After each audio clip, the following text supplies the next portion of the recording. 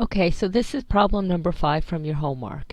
Now, this is asking you to construct a scatter plot first of this data of pressure versus volume. So the first thing we have to do is we have to find the range of our data for the pressure. Now, our largest is 2.3 and our smallest is 0.1, giving us a range of 2.2 values. Being that we only have 20 boxes to use, the most we can't count by 1/10 because we would need over 20 boxes. So I'm gonna kind of estimate and maybe make my boxes go, every third box will be a half of an atmosphere. So there's my labels for the bottom, and I was very consistent. I counted 3 and I went up by 5/10 every time. Now I do the same thing for the volume. My volume has a range going from 225 to 9.78. 215.22 is my span. I have to fit that neatly into 20 boxes, so I need more than 10 boxes. If 20 boxes, I would have to count by more than 10 is what I meant to say.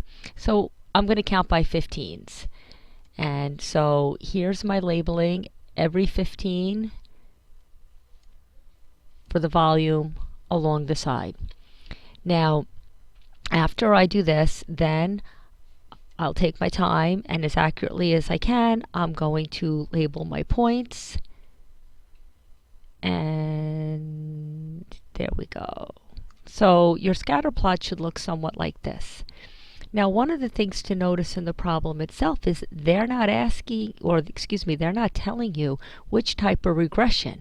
They say create a scatter plot and find the equation of the curve of best fit. Now, looking at this visually, it looks like an exponential. So now what I'm going to have to do is, on my calculator, enter the data. At this point, if you haven't entered the data, hit pause until you do so.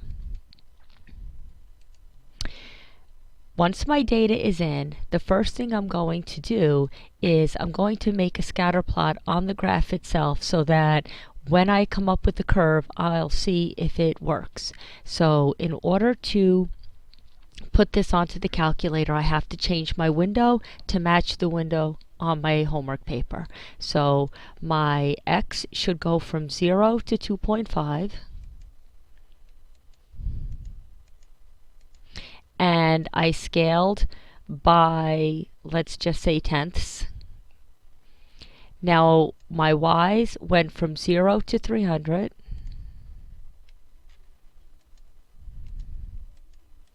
And I scaled, I counted by 15s. So now my window is going to match. Next thing I have to do is I have to turn on the scatter plot so that my calculator will show this. So I'll hit the blue second key and I'll hit the y equal, because above y equal it says stat plot.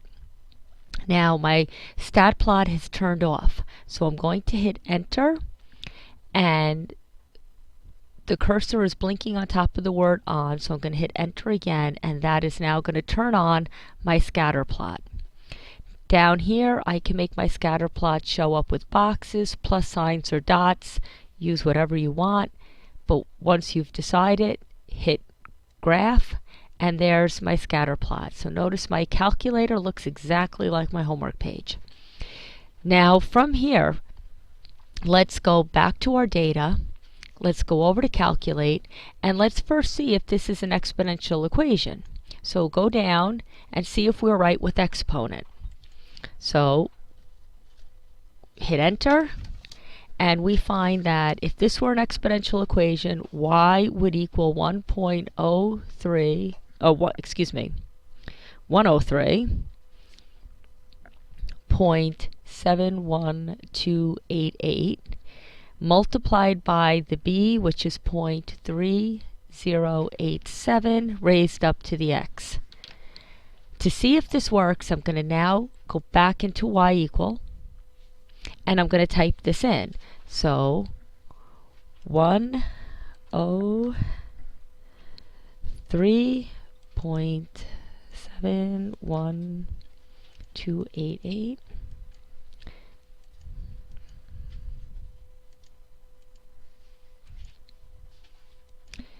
raised up to the x power, and now when I hit graph, I get an exponent that's close to the points, but this point out here isn't anywhere near the graph at all. So maybe I'm not an exponent graph. Maybe I'm a power.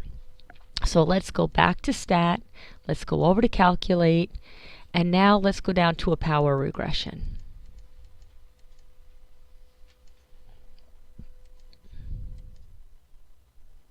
When I do this, I find that the power regression equation would be 22.4981 times x raised up to the negative first power.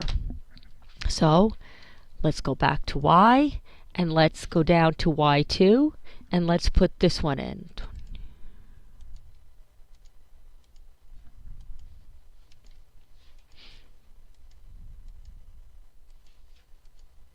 Be careful with putting in your exponent. Now that your exponent and your whole equation is in, let's hit graph again. Clearly, the power regression was the one that fits this data the most. So the exponent I don't want. I'm going to get rid of that one. Let's clear that line. Here's the equation of best fit. And how did they want me to round it? They said round it to the nearest tenth. So that now would give me the equation y is equal to 22.5 times x. And I'm going to raise that up to the negative first power. And there's my equation. Lastly, what they would like me to do is find the volume if the pressure is at 2.5. So that means I am going to be putting 2.5 in for my x. So y is equal to 22.5. And now I am going to have 2.5 raised up to the negative first power,